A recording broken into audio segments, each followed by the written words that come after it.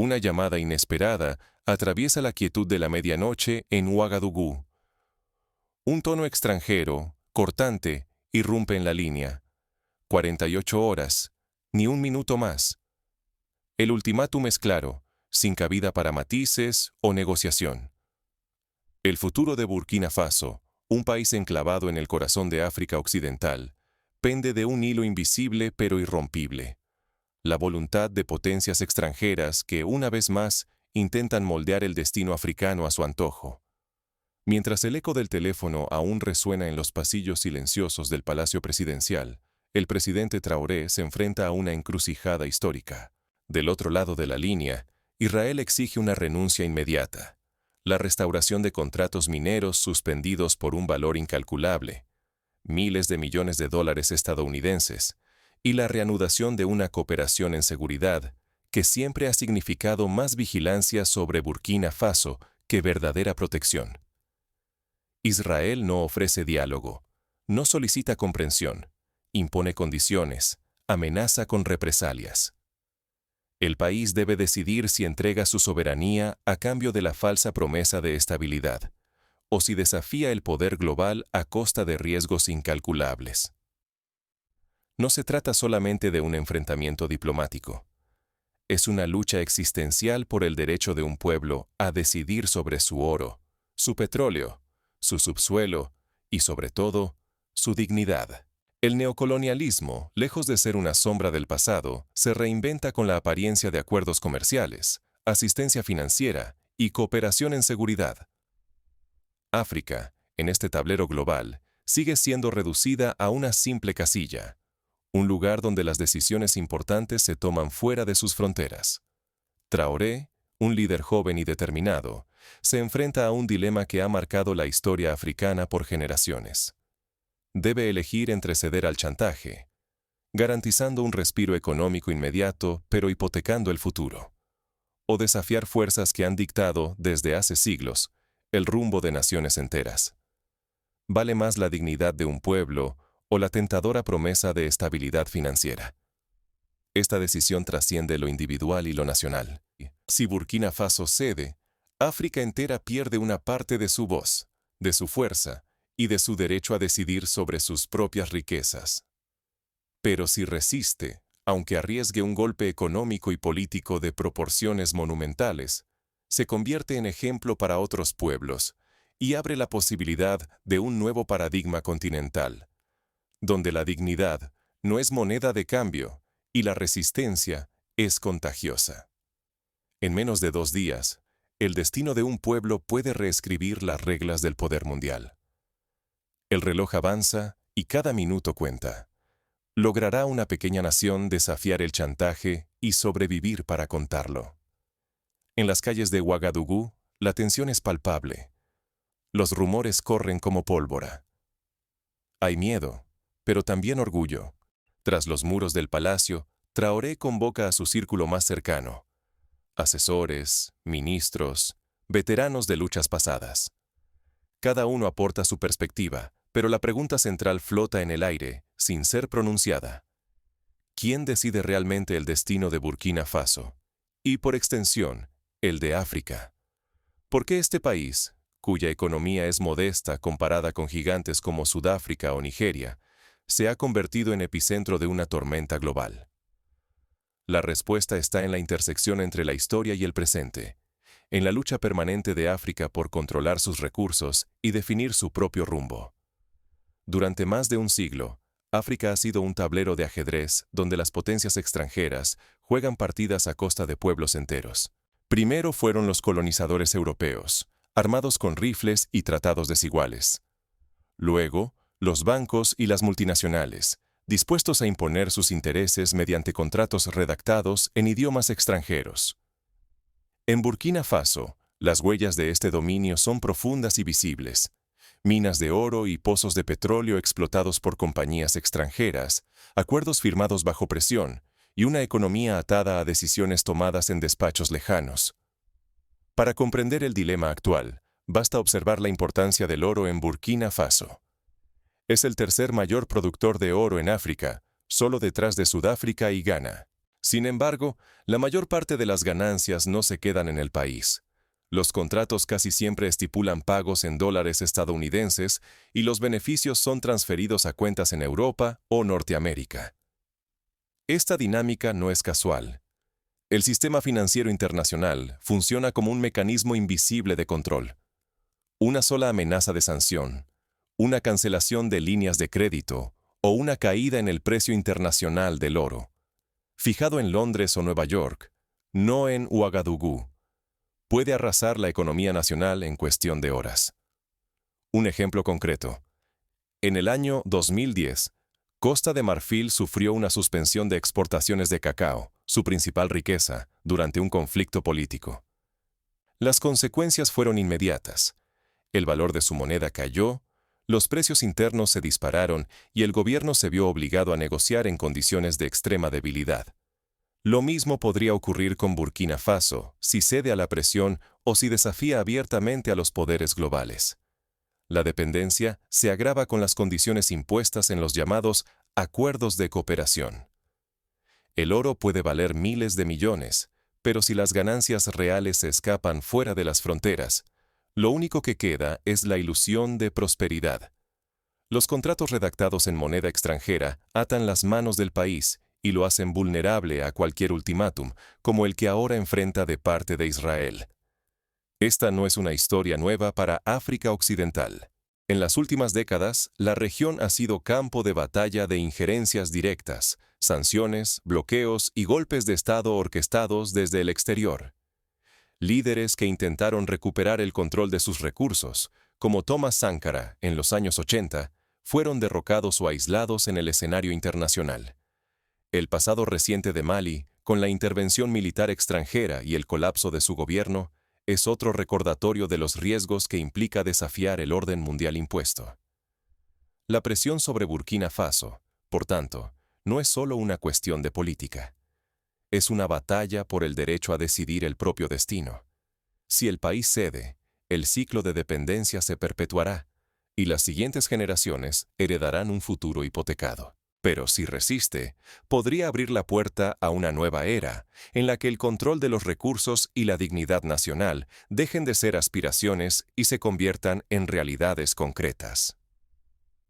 En este contexto, el ultimátum no es solo una amenaza puntual, es el síntoma visible de una enfermedad sistémica que asfixia a las naciones africanas.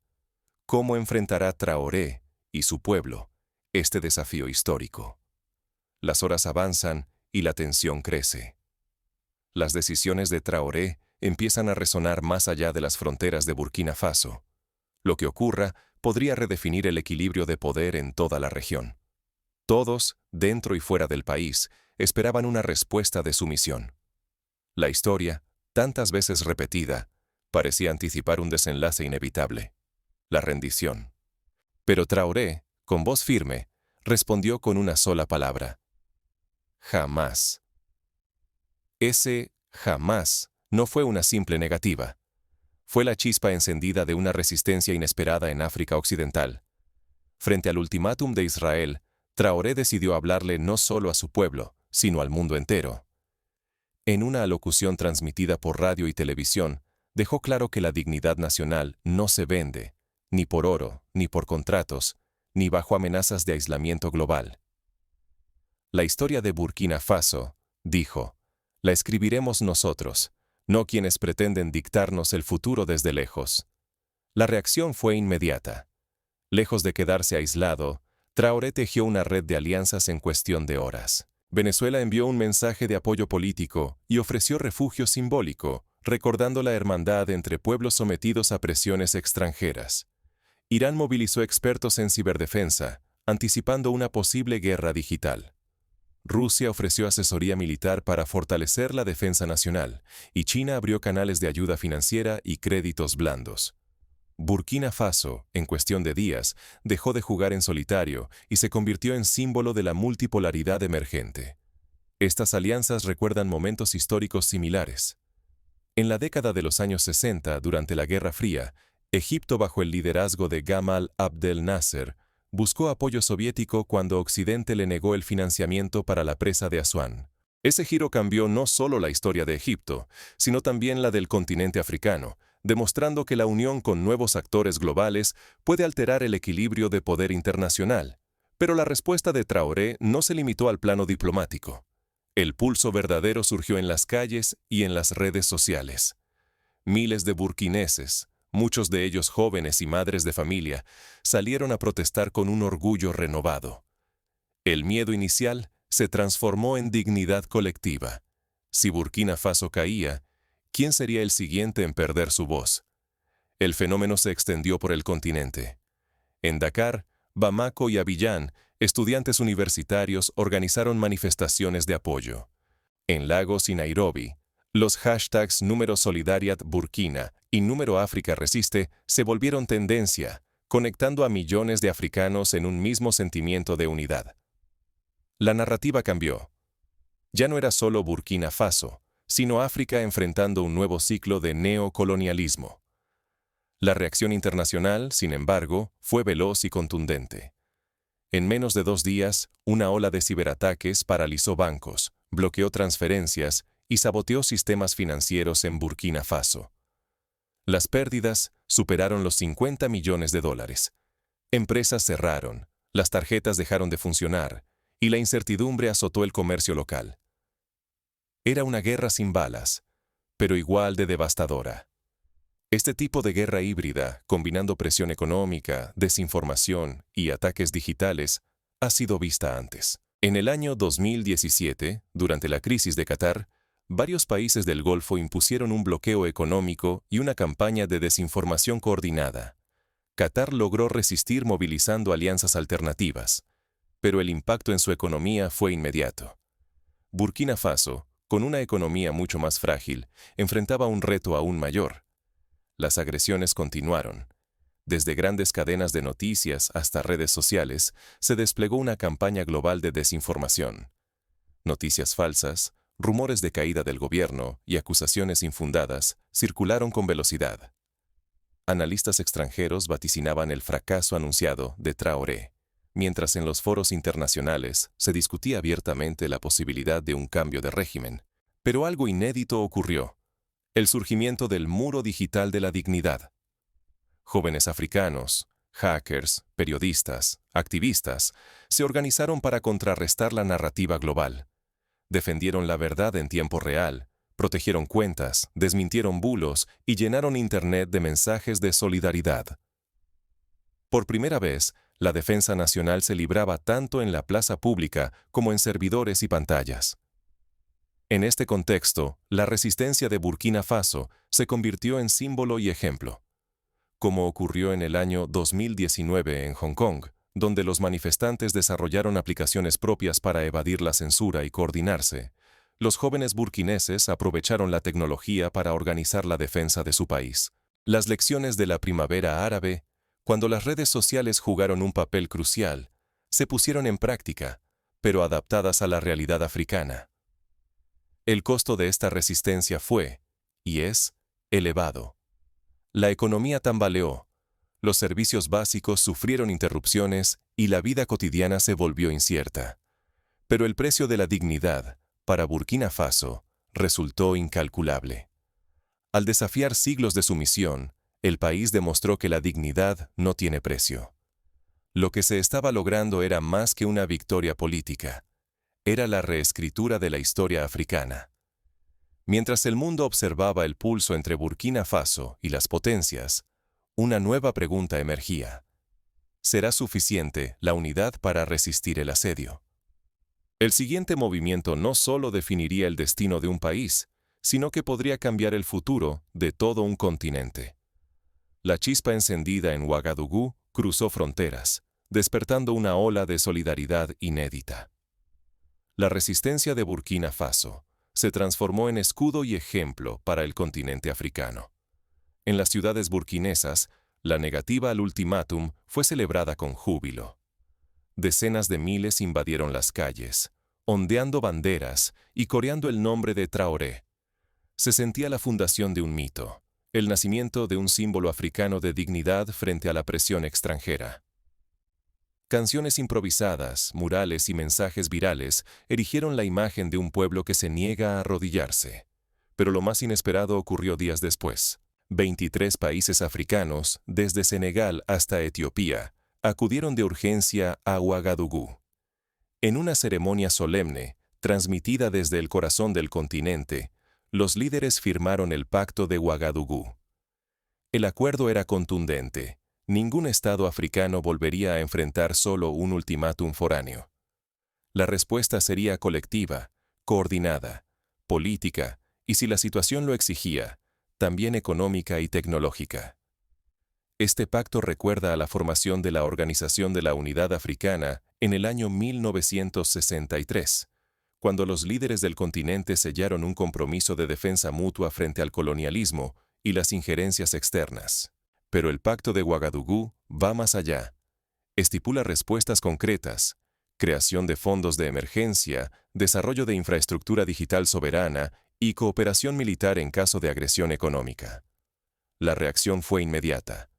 Se crearon comisiones para acelerar la unión monetaria y diseñar una red africana de telecomunicaciones, resistente al espionaje y a los sabotajes extranjeros.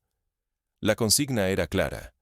Si el dinero y los datos son armas, África dejará de depender de sistemas controlados desde París, Londres o Nueva York.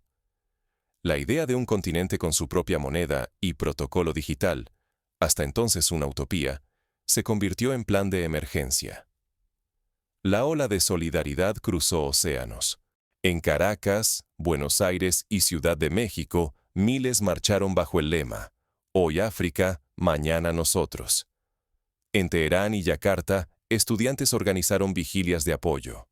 Hasta en Israel, voces críticas cuestionaron el uso de amenazas económicas para doblegar a otro pueblo. Las redes sociales israelíes se llenaron de debates, autocrítica y llamados al diálogo. Las repercusiones económicas no se hicieron esperar. Las bolsas de Londres y Toronto cayeron abruptamente por la incertidumbre en empresas mineras con intereses en África Occidental. Analistas en Nueva York y Frankfurt recalcularon riesgos. Las aseguradoras internacionales subieron las primas para proyectos en el Sáhel. De repente, la viabilidad de contratos y concesiones occidentales quedó en entredicho. Este fenómeno tiene paralelos históricos. Tras la crisis petrolera de 1973, cuando los países árabes decidieron restringir el suministro de petróleo, el mundo occidental comprendió el poder real de la unidad entre naciones productoras. El precio del crudo se multiplicó, las economías occidentales entraron en recesión y el equilibrio global cambió. Lo que ocurre hoy en África es, en esencia, un acto de reafirmación del poder colectivo. El futuro de África, por un instante, pareció menos atado a designios foráneos. Si la unidad se consolida, el continente podría ahorrar miles de millones en sanciones, reducir dependencias históricas y ganar un peso inédito en la diplomacia global. Pero si la alianza se fragmenta, el peligro del aislamiento y las represalias económicas sigue latente. El reloj avanza. La balanza aún no se inclina del todo. Mientras las capitales africanas vibran con esperanza y vigilancia, los líderes deben decidir si la unidad sellada en Ouagadougou será solo un gesto simbólico o el inicio de una nueva era. El mundo observa. La próxima jugada será decisiva.